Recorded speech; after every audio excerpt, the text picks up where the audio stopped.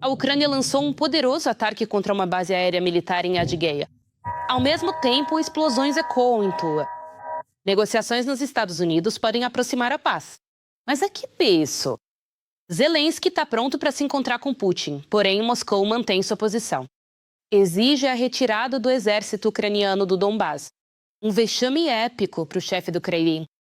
A Rússia tentou provar o controle sobre Kupiansk, mas publicou um vídeo de sua própria retirada. A máquina militar russa bate recordes. 135 mil recrutas foram enviados ao exército durante o alistamento de outono. Enquanto isso, Putin permitiu a si mesmo, aos deputados e aos funcionários não prestar conta sobre seus rendimentos. Olá, meu nome é Yulia Kokan e agora vamos às principais notícias. Mas primeiro, por favor, curta esse vídeo e inscreva-se no nosso canal para que não nos percamos mais na imensidão do YouTube. Uma noite turbulenta para a Rússia. Na Adiguésia, drones ucranianos atacaram o aeródromo militar de Kanskoye. O Ministério da Defesa russo confirmou a informação sobre os 3 drones abatidos, mas não divulgou detalhes. As autoridades locais também permanecem em silêncio. De acordo com a análise dos canais de monitoramento, o alvo foi um aeródromo militar.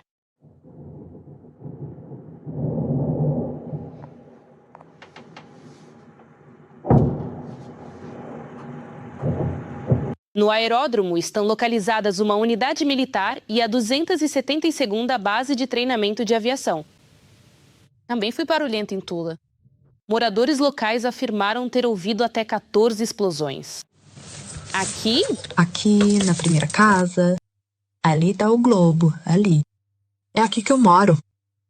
Aqui, provavelmente passou voando por perto, eu pensei que fosse um míssil. Foi realmente muito barulhento. E... Nos fóruns russos circulam diferentes versões dos acontecimentos. Em Tula, algumas fontes sugerem que pode ter sido derrubado um míssil balístico. No entanto, ainda não se sabe ao certo se foi um ataque à cidade ou se o míssil saiu de curso durante o lançamento a partir do território russo. As autoridades russas, por enquanto, evitam comentar sobre as consequências do ataque. No entanto, o Ministério da Defesa da Rússia relatou pela manhã uma suposta defesa bem-sucedida contra o ataque. Segundo eles, ao todo, 89 drones teriam sido abatidos durante a noite sobre o território russo. Pela primeira vez, o encontro entre Zelensky e Trump não aconteceu na Casa Branca, mas sim na residência particular do líder americano em Mar-a-Lago, na Flórida. Trump apareceu na coletiva de imprensa satisfeito e disse que avançamos muito em direção à paz. Zelensky declarou que o plano de 20 pontos está quase 90% acordado e a garantia de segurança entre os Estados Unidos e a Ucrânia está 100% definida. As garantias de segurança entre os Estados Unidos, a Europa e a Ucrânia estão quase totalmente acordadas. A Europa assumirá a maior parte das garantias, enquanto os Estados Unidos vão ajudar. Já depois de falar com a imprensa, Zelensky acrescentou que Trump prometeu considerar garantias de segurança para a Ucrânia por 50 anos e que a lei marcial terminará quando a Ucrânia tiver garantias de segurança, incluindo monitoramento e a presença de parceiros. Mas vamos voltar à coletiva de imprensa. Nela, o presidente da Ucrânia confirmou o progresso, mas acrescentou friamente que a questão do Donbás ainda não foi resolvida. Restam algumas questões. Um referendo é possível, caso o plano seja complicado demais para os ucranianos. A sociedade deve fazer sua escolha, afinal, esta é a terra deles. Mas, como informou Trump, Putin não quer um cessar-fogo para a realização do referendo. Ele acredita que eles estão em guerra e se pararem depois recomeçarem, o que é bem possível numa situação dessas. Eu entendo essa posição. O presidente mantém-se firme nessa posição. Mas eu acho que estamos encontrando maneiras de contornar isso. Mas eu entendo o presidente Putin desse ponto de vista. Sabe, é preciso entender o outro lado. E eu tô do lado da paz. Eu sou a favor do fim da guerra. Mas eu acho que esse é um problema que será resolvido sim. Trump está satisfeito com tudo. Com a conversa com Zelensky, uma videoconferência de 1 hora com líderes europeus e, claro, ligações para Putin. Antes do encontro com o líder ucraniano e, conforme o planejado, depois dele, ele acredita que Putin realmente quer acabar com a guerra e deseja sucesso e prosperidade para a Ucrânia. E então, o principal. A pergunta de um jornalista sobre a conversa com Putin a respeito da usina nuclear de Zaporizhia, Trump respondeu assim. Na verdade, a estação já pode começar a funcionar. Discutimos essa questão com o presidente Putin. Conversamos sobre a usina nuclear de Zaporizhia, uma das maiores do mundo. Acredita nisso? Uma das maiores usinas nucleares do mundo. O presidente Putin está agora trabalhando com a Ucrânia para lançá-lo agora. Ele quer que ela trabalhe. Não há ataques com mísseis nem bombardeios na região neste momento. Isso realmente seria perigoso. Eles estão tentando juntos colocar a usina de Zaporizhia em funcionamento agora. Ela está em condições bastante boas. E as pessoas que estão operando a usina agora são 5.000 pessoas lá. Eu fiquei sabendo disso hoje. Maiores usinas nucleares. Agora Ucrânia e Rússia colaboram para operar a usina de Zaporizhia. Não bombardeando a usina já é um grande passo. Quando lhe perguntaram sobre a responsabilidade da Rússia na reconstrução da Ucrânia, o líder americano respondeu que Putin é muito generoso e vai ajudar a Ucrânia a se reconstruir. Além disso, está disposto a fornecer eletricidade barata. A Rússia vai ajudar por um preço muito baixo. Você Já ouviu algo parecido? Ou seja, nós temos que comprar dos russos a nossa própria eletricidade? E isso é apresentado como um gesto de boa vontade e desejo de bem para a Ucrânia. Zelensky, na coletiva de imprensa, se manteve o mais contido possível. Quando Trump falou que a Rússia quer ver a Ucrânia bem-sucedida, a reação do nosso presidente a esse, me perdoe a expressão, puro delírio trumpista foi bastante eloquente. A Rússia quer que a Ucrânia tenha sucesso. Isso soa um pouco estranho, mas eu expliquei isso ao presidente. E o mais assustador foi o que saiu da boca do Trump. Se o acordo não acontecer, teremos que lutar e morrer. Zelensky declarou que está pronto para se encontrar com Putin em qualquer formato, mas com a condição de que as palavras e ações do ditador russo estejam alinhadas. Em resumo, combinaram de combinar. O próximo encontro dos conselheiros dos Estados Unidos e da Europa acontecerá na Ucrânia já em janeiro. Mas sabe, nem tudo está tão sem esperança assim. Eis como terminou a transmissão ao vivo da coletiva de imprensa de Trump e Zelensky no canal do gabinete do presidente, embora já tenham afirmado que foi um erro técnico.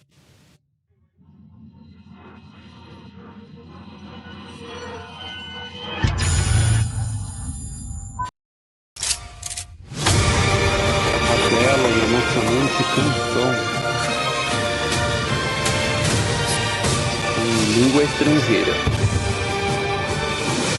Lendo os comentários dos episódios anteriores, vejo que muitas pessoas nos assistem do Cazaquistão, da Moldávia, da Europa e até mesmo dos Estados Unidos. Nós, ucranianos, somos muito gratos pelo apoio de vocês e temos orgulho de ter espectadores tão sensatos. Escreva nos comentários deste episódio de onde você está nos assistindo e se aí onde você mora apoiam nossa luta contra o Império do Mal. Sempre leia esses comentários com muito prazer. E enquanto isso, seguimos com o que há de mais interessante. Ucrânia e Rússia chegaram a um acordo de cessar-fogo em Bara local. Quem informou isso foi a Agência Internacional de Energia Atômica.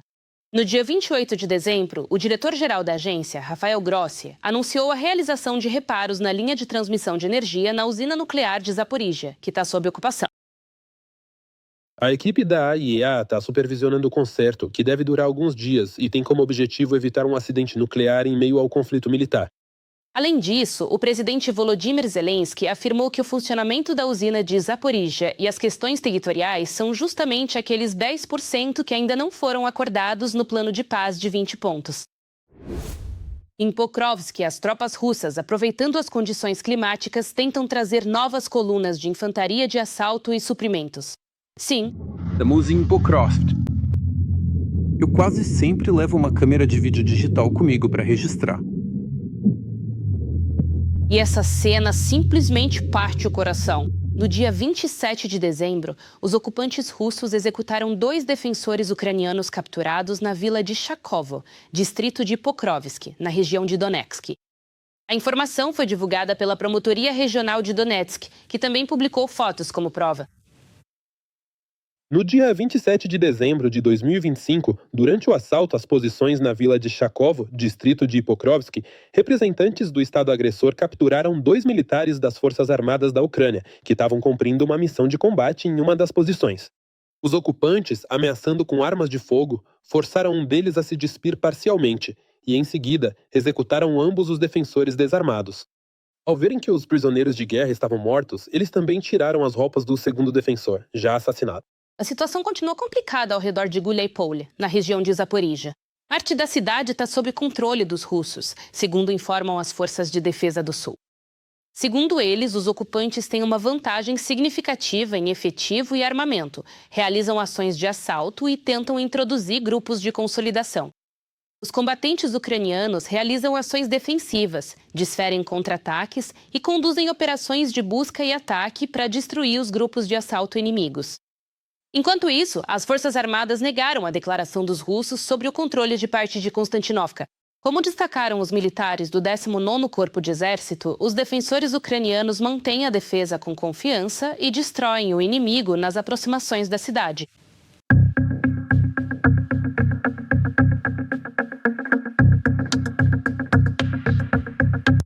No entanto, os próprios russos também estão conseguindo lidar com isso com sucesso. Na tentativa de provar seu controle sobre Kupiansk, eles publicaram um vídeo no qual os ocupantes saem da cidade por conta própria. Mais detalhes sobre a situação na linha de frente no nosso boletim militar. Encontro em nível de líderes. Negociações importantes da Ucrânia com os Estados Unidos. Putin e sua equipe lançam uma onda de fake news e mentiras para enfraquecer a posição de Kiev antes do encontro com Trump na Flórida. Hoje, a julgar pelos seus relatórios detalhados, a julgar pelo ritmo acelerado que observamos continuamente na linha de contato de combate, nosso interesse genuíno na retirada completa das formações militares ucranianas dos territórios estratégicos que ainda ocupam ilegalmente praticamente se reduz a zero absoluto. No quartel-general, os generais relataram ao ditador russo diante das câmeras sobre a captura total de Mirnograd e Guliaípoli. A cidade de Guliaípoli foi libertada. Além disso, nas últimas 2 semanas, mais 5 localidades nessas direções foram colocadas sob controle. A situação em Mirnograd e Guliaípoli, onde os ocupantes capturaram recentemente o posto de comando do batalhão, é realmente muito difícil. Mas os combates na cidade continuam. Os defensores ucranianos mantêm suas posições. Aeronaves de ataque do 425º Regimento Scala e da unidade GUR foram transferidas para Guliaípol. Mirnograd está numa zona cinzenta. Confrontos violentos estão em curso nas ruas. Mas, ainda em Mirnogrado, Que Krasimov não bata e não transa. o Estado-Maior ucraniano afirma que Putin e os generais russos começaram a fabricar desinformação para, na véspera do encontro entre Zelensky e Trump, dar mais peso à posição russa. A mais alta liderança política do Estado agressor recorre novamente à divulgação de declarações falsas sobre supostos avanços significativos do exército russo no campo de batalha. Na verdade, as mensagens do Kremlin sobre a captura das cidades de Guliaípoli e Mirnograd não são confirmadas pelos fatos. Putin, na essência, está criando uma imagem para Trump. Vamos chamar as coisas pelos seus nomes. Isso é um teatro de um ator só para um espectador só. Putin continua tentando criar aquela reconstrução propagandística e manipuladora, como se tudo estivesse indo conforme o plano deles. Enquanto isso, o Azov, junto com as forças de sistemas de drones da Ucrânia, está destruindo colunas russas com equipamentos pesados perto de Dobropolé. O Kremlin está inundando o espaço informacional com mentiras, manipulações e desinformação. o Kremlin está inundando o espaço informacional com mentiras, manipulações e desinformação. O Kremlin está inundando o espaço informacional com mentiras, manipulações e desinformação. O Kremlin está inundando o espaço informacional com mentiras, manipulações e desinformação. O Kremlin está inundando o espaço informacional com mentiras, manipulações e desinformação. O Kremlin inunda o espaço informacional com mentiras, manipulações e desinformação, manipulando representantes da mídia.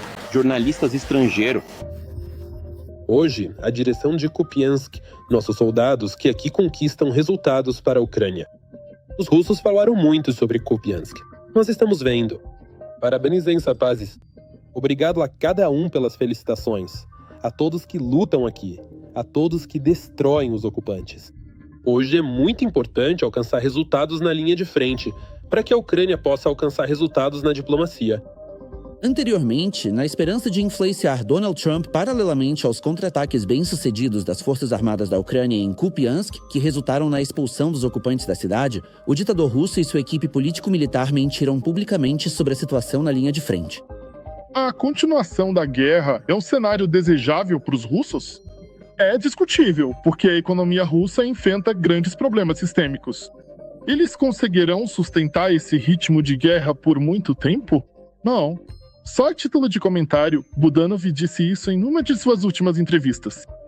Mas eles vão continuar fingindo, mantendo uma aparência de confiança mesmo em um jogo ruim, e vão continuar lutando, tentando mostrar que supostamente podem alcançar seus objetivos por meios e métodos militares. Na realidade refletida na linha de contato de combate, os russos, se conseguirem algum progresso, fazem-no ao custo de enormes perdas, tanto em equipamento como em pessoal. Eles ocupam a linha de frente e enfrentam uma enorme horda que os superam em muito em número.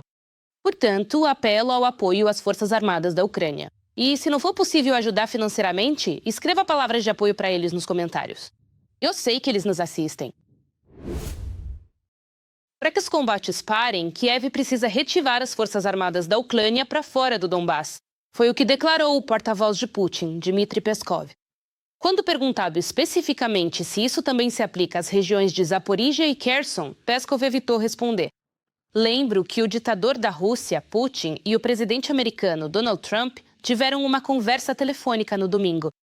Após a conversa, o assessor de Putin, Yuri Ushakov, disse aos jornalistas que, para encerrar as hostilidades, Kiev precisa tomar uma decisão política corajosa e responsável em relação ao Donbass, alinhada ao trabalho realizado pelo canal russo-americano. Na verdade, foi essa declaração que Peskov tentou explicar. Ouçam vocês mesmos. Você pode, por favor, explicar as palavras de Yuri Ushakov, que ontem disse que para a cessação definitiva das hostilidades, Kiev precisa de uma decisão política responsável, alinhada ao trabalho que está sendo realizado no âmbito do canal russo-americano? Essa decisão diz respeito ao Donbass, levando em conta a situação que está se formando nas frentes de batalha. E que decisão é essa sobre o Donbass? Pode explicar? Trata-se de uma transferência completa do controle sobre o território de Donbass? É claro que se trata da retirada das Forças Armadas do regime de Donbass para além das fronteiras administrativas. Isso se aplica apenas ao Donbass ou também à região de Kherson e Zaporizhia? Já afirmei aqui que não iremos comentar detalhadamente nem participar de discussões públicas sobre coleiras individuais. Exigir que a Ucrânia saia do Donbass é como um ladrão ficar indignado porque o dono da casa não quer levar as coisas até a porta para ele. Curta se concorda. O número de russos convocados para o exército atingiu o recorde dos últimos 9 anos. Só escute esses números. Na Rússia, terminou o alistamento de outono para o serviço militar obrigatório. O Ministério da Defesa da Rússia informou que as Forças Armadas, assim como outras tropas e formações, enviaram 135 mil recrutas com idades entre 18 e 30 anos. Assim, o último alistamento de outono foi o maior desde 2016, quando 152 mil pessoas foram enviadas para o Exército, além de ser o maior desde o início da guerra em larga escala na Ucrânia. O jornal Moscow Times escreve que em 2022, durante a campanha de outono, foram convocados 120 mil recrutas, em 2023, 130 mil e em 2024, 133 mil. O aumento no número de recrutas neste outono se explica pelo fato de que, na campanha da primavera, menos pessoas foram convocadas do que o planejado. Uma investigação espanhola determinou que o navio de carga russo Bolshaya Medveditsa, que afundou perto de Cartagena em dezembro de 2024, transportava uma carga estratégica secreta. Segundo a investigação, a bordo estavam 2 cascos de reatores nucleares do tipo VM-4SG destinados à Coreia do Norte. A informação foi divulgada pelo jornal espanhol La Verdade.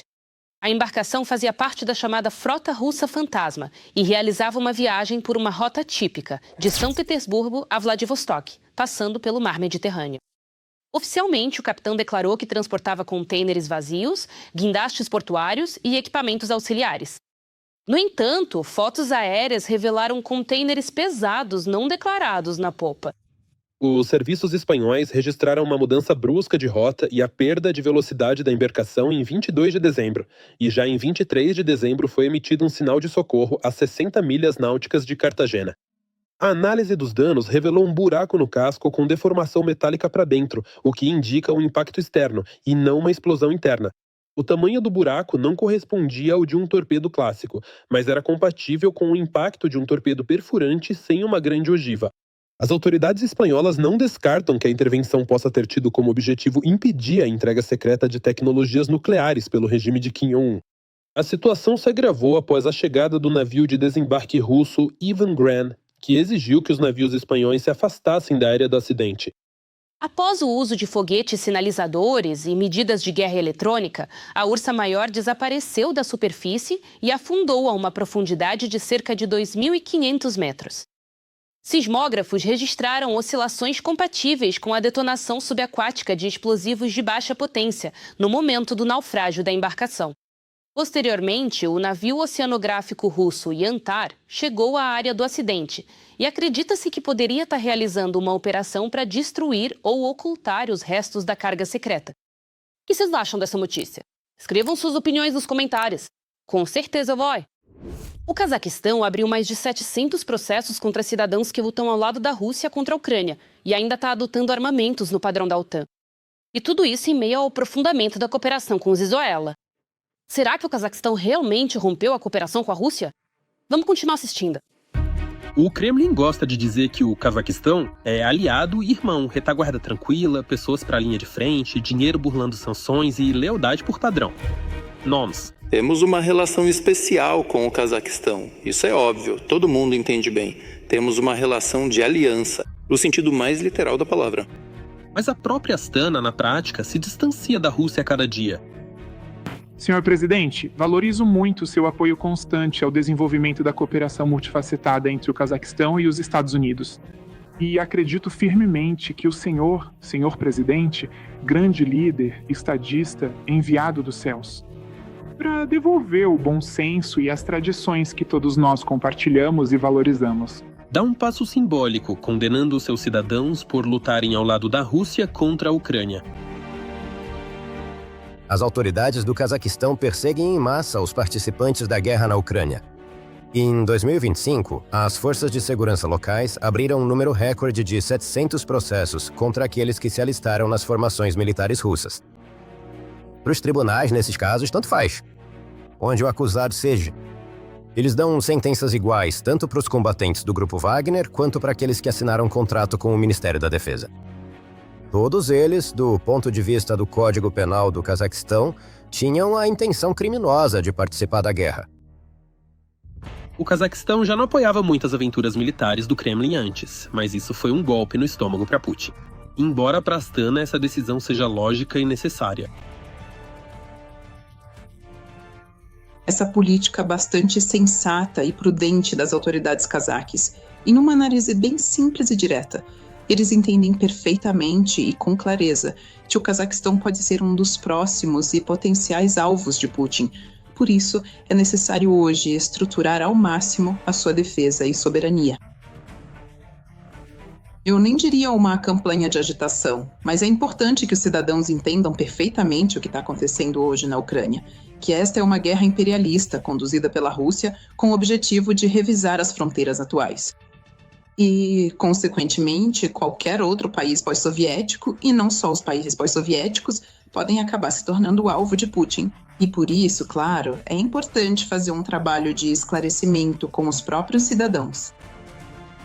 Isso não são apenas palavras, é algo que, mesmo que silenciosamente, Putin realmente deseja. E ele deseja isso há muito tempo. Os EOs desclassificaram as transcrições das conversas de Putin com o presidente Bush em 2001. Delas, fica claro que Putin vê o Cazaquistão da mesma forma que vê a Ucrânia, como se todo o território do país fosse um presente da União Soviética. Os russos cederam milhares de quilômetros quadrados de território voluntariamente, disse Putin a Bush no verão de 2001. Isso é inacreditável. A Ucrânia, que foi parte da Rússia por séculos, foi entregue. O Cazaquistão foi entregue. O Cáucaso também. É difícil imaginar isso, e foram os líderes do partido que fizeram isso. Por isso, o Cazaquistão trabalha dia após dia para se afastar da Rússia. Não se trata de romper relações, mas de ter a possibilidade de conduzir políticas externas e internas sem depender da Rússia. Já hoje em dia, na Cazaquistão, a Rússia perdeu sua influência inicial. A influência da China é bastante forte lá. A influência da Turquia também é forte. E a dos Estados Unidos também está presente. Por isso, eu acho que nessa situação, Tokayev vai se aproximar ainda mais de alguns aliados internacionais alternativos, entendendo que ele precisa de uma proteção séria contra essa política militarista e expansionista de Vladimir Putin. Um tapa na cara do Kremlin foi a decisão do Cazaquistão de lançar um projeto para produzir armas segundo os padrões da OTAN. Na Rússia, isso já foi chamado de ato hostil. Além disso, políticos russos dizem que querem transformar o Cazaquistão em mais um posto avançado russofóbico.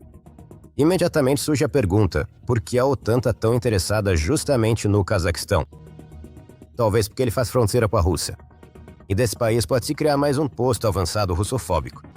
Mas, de novo, isso é uma contribuição do Cazaquistão para sua própria segurança. Afinal, de um vizinho como a Rússia, pode-se esperar qualquer coisa. Na verdade, todos os modelos russos já estão bastante ultrapassados. Por isso, claro, é muito mais interessante. Do ponto de vista da capacidade de defesa, é melhor produzir armamentos no padrão da OTAN. Então, isso só mostra mais uma vez o equilíbrio da liderança do Cazaquistão. Enquanto a Rússia está em guerra e entra em listas negras, o Cazaquistão se torna um país com o qual o Ocidente acha vantajoso e seguro negociar. Em particular, o Cazaquistão está aprofundando a cooperação com os Estados Unidos. O Cazaquistão e o ZA assinaram um acordo no valor de 17 bilhões de dólares. O Cazaquistão está abrindo para os Estados Unidos o acesso aos seus depósitos de tungstênio. Trump convidou o Cazaquistão e o Uzbequistão para a cúpula do G20, nos Estados Unidos da América.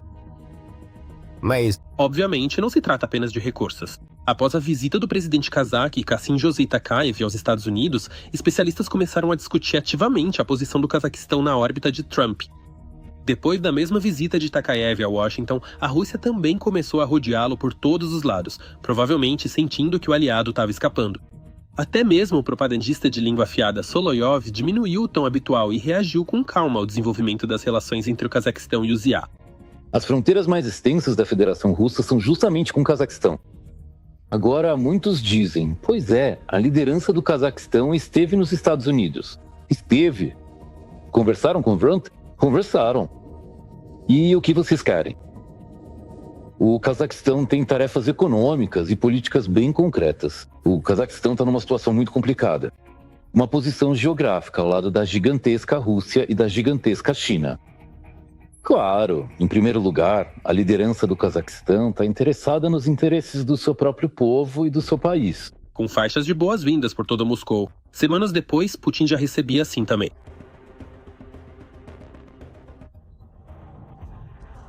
Boa noite. Antes de tudo, quero agradecer a vocês por terem encontrado tempo, por terem vindo, como combinamos, com uma visita oficial de Estado. Fico sinceramente feliz com isso. Como resultado das negociações, o Cazaquistão e a Rússia assinaram um acordo de cooperação abrangente. O presidente da Federação Russa, Vladimir Vladimirovich Putin, e o presidente da República do Cazaquistão, Kassym-Jomart Kemelovich Tokayev, assinam a declaração sobre a elevação das relações interestatais entre a Federação Russa e a República do Cazaquistão ao nível de parceria estratégica abrangente e aliança. Mas os especialistas chamam esse acordo de vazio, pois depois de sua assinatura, absolutamente nada mudou nas relações entre a Rússia e o Cazaquistão. Seria melhor se não fosse apenas uma visita ritual, porque por trás de qualquer coisa concreta devem existir acordos claros, tratados compreensíveis. Lá não há nada de mais concreto além de palavras bonitas. É uma astúcia mais oriental. Sim, vamos te dizer, sim, grande Tsar, vamos assinar para você. Mas, na verdade, vamos desenvolver cooperação com outros países completamente diferentes. E construir nossa política externa, na verdade, no sentido de se afastar da Rússia, e não de se aproximar dela. Por isso, na minha opinião, isso mostra exatamente isso. É óbvio que hoje essa aliança existe só no discurso. O Cazaquistão não demonstra uma posição anti-russa, ele simplesmente age de acordo com seus próprios interesses. E para o Kremlin, isso talvez seja até pior do que uma confrontação aberta. Afinal, acontece que há um país ao lado que não pede mais permissão. O cinismo não tem limites. Os russos em Mariupol inauguraram o Teatro Dramático Restaurado, sobre cujas ruínas morreram pessoas em um ataque aéreo. É nos próprios russos. No dia 16 de março de 2022, aviões russos lançaram 2 bombas de 500 quilos no prédio do Teatro Dramático em Mariupol. O teatro servia de abrigo para civis. Na frente e atrás do prédio havia grandes inscrições: crianças. Elas eram claramente visíveis nas imagens de satélite. Segundo testemunhas, durante o ataque havia cerca de 1.000 pessoas no Teatro Dramático. O número exato de vítimas é desconhecido devido à destruição das provas. Mas este é um dos maiores crimes da Federação Russa. Isso é tudo o que você precisa saber sobre o mundo russo. Está sendo construído sobre os ossos de ucranianos mortos, incluindo crianças. O ditador russo Vladimir Putin sancionou um pacote de leis que permite aos funcionários públicos não precisarem declarar seus rendimentos. Agora, eles só precisam apresentar declarações por motivos específicos. Que conveniente!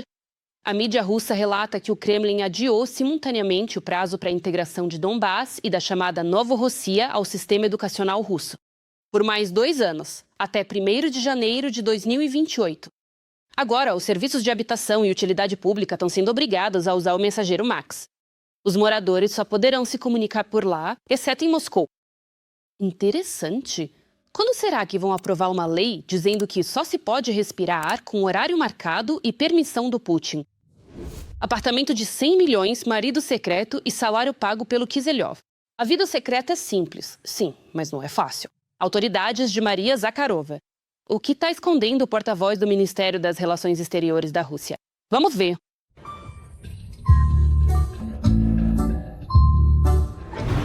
É possível ganhar milhões com mentiras e ódio. Sim. É. Mancha. Sim, tem um briefing. Bem, não. Você estava se desgastando com foguetes de chumbo, mas com o que você vai usar agora? Sim, tudo bem, Lideg. Se você vive na Rússia, serve ao poder e fala em nome do Kremlin, pela sua lealdade te pagam enormes quantias de rublos ensanguentados. Sério agora? Vocês estão mesmo perguntando isso? Ué, por que não? Vocês inventaram sozinhos ou enviaram de Washington lá? A história da porta-voz oficial do Ministério das Relações Exteriores da Rússia, Maria Zakharova. Uma ilustração clara de como a guerra, a propaganda e um cargo público se transformam em imóveis de luxo, rendas ocultas e uma vida pessoal cuidadosamente protegida. Com certeza, vocês vão continuar a investigação de vocês. Só que ela precisa ser feita não dentro das paredes do Ministério das Relações Exteriores, mas diretamente no local. Em 10 anos, Zakharova enriqueceu no cargo. Tanto que pode se dar o luxo de comprar um apartamento de 150 metros quadrados por mais de 160 milhões de rublos. Bem no centro de Moscou, na Bolshaya Denitrasta. Um monumento arquitetônico, de importância federal. Não é só motivo do meu orgulho especial. É algo que eu acho simboliza a vida da nossa família. Dezembro de 2022, o apartamento foi registrado em nome da Federação Russa e alguns meses depois foi dado de presente para Zakharova. E ela transferiu para o nome de pai. Mas dos jornalistas nada se esconde. De acordo com vazamentos, há mais de 70 milhões de rublos nas contas dele. Nós encaramos isso como uma responsabilidade fantástica. Maria Zakharova pode não publicar a declaração de renda, porque oficialmente foi permitido que ela não o fizesse. A ordem correspondente foi assinada por Lavrov em 2014. Vou ter que dar uma advertência, uma repreensão, porque ele não compartilhou esses segredos com a gente. Nem comigo, nem com os representantes dos serviços secretos da Rússia. Mas os dados das bases fiscais confirmam que a porta-voz do Ministério das Relações Exteriores da Federação Russa recebe entre 500 e 800 mil rublos por mês em seu cargo. E em 2024, ela recebeu mais 6 milhões de rublos. Aproximadamente 1,3 milhão de rublos ela ganhou na Academia Diplomática do Ministério das Relações Exteriores, onde chefia um departamento. Um trabalho difícil e minucioso. Trabalho. E fazer... Ela deve ser feita não no púlpito dos microfones, não por meio de vazamentos. E as jogadas devem ser feitas como é de praxe para diplomatas. Não dá para entender como uma pessoa pode ocupar cargos assim sentada no copo, motivo pelo qual até ganhou o apelido de mania alcoólatra. Esse clichê que era usado realmente acaba se tornando uma evidência. Por sua propaganda, Zakharova recebe milhões também do conglomerado de mídia Russia Today, que é dirigido por seus aliados próximos, Dmitry Kiselyov e Margarita Simonyan. Assustador, sangrento, com vítimas do Maidan, com o uso de militantes, financiado com dinheiro americano. Por que ela recebe esse dinheiro? Ninguém sabe. Só em 2024, os pagamentos ultrapassaram 3 milhões de rublos. E no início de 2025 foram acrescentados mais 1 milhão e 600 mil. Para surpresa de todos, Zakharova também parecia ser autora de músicas. Ela escreve letras para estrelas da música pop. Diokária? Um exemplo muito complexo e muito difícil. Como resultado, sua renda total anual se aproxima de 11 milhões de rublos. Isso não é apenas estranho, é uma loucura. Ao mesmo tempo, o representante do Ministério das Relações Exteriores discute publicamente o colapso da Europa, o empobrecimento e a autodestruição do Ocidente. Isso não impediu Maria de viajar para a França para passar férias durante anos, sem qualquer motivo relacionado ao trabalho. Poucas coisas ainda nos surpreendem, mas às vezes o presidente Macron consegue. Nessas viagens, ela era acompanhada de seu marido, cujo nome e sobrenome Zakharova manteve em segredo por 2 décadas. De alguma forma, bem, isso não é apenas uma inconsistência. É real, já é bipolar. O nome dele é Andrei Makrov. Acontece que ele tem ligação com uma empresa. Empresas que recebem centenas de milhões de rublos em contratos públicos. É um esquema real, usado por todos os que são próximos ao Kremlin. Meu marido trabalha como gerente em uma empresa russa.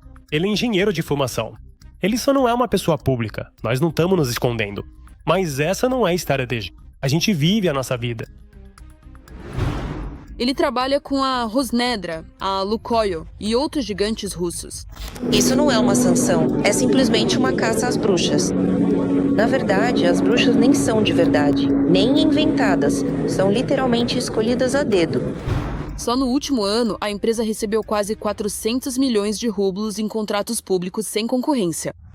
Makrov também trabalha com o setor automotivo e tem um apartamento em Moscou.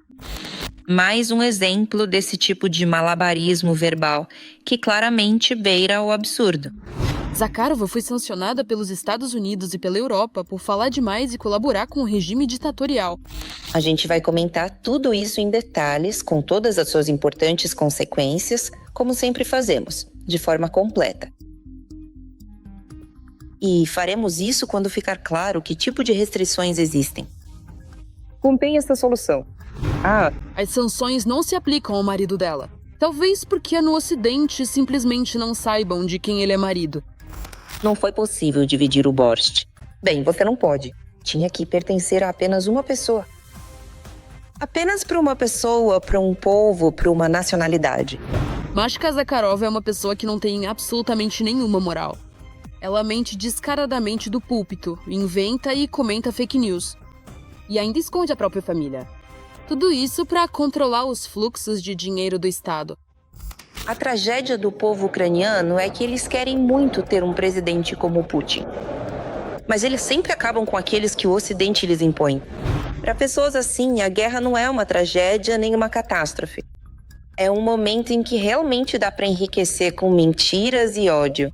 É exatamente isso que faz a rainha da vergonha alheia. O que vocês acham das nossas notícias? Escreva o que devemos mudar para nos tornarmos melhores. Vamos levar em consideração, com certeza. Enquanto isso, deixe um like neste vídeo para apoiar o que estamos fazendo. E não se esqueça de se inscrever no nosso canal Ucrânia Hoje, para não perder os próximos episódios. Até a próxima!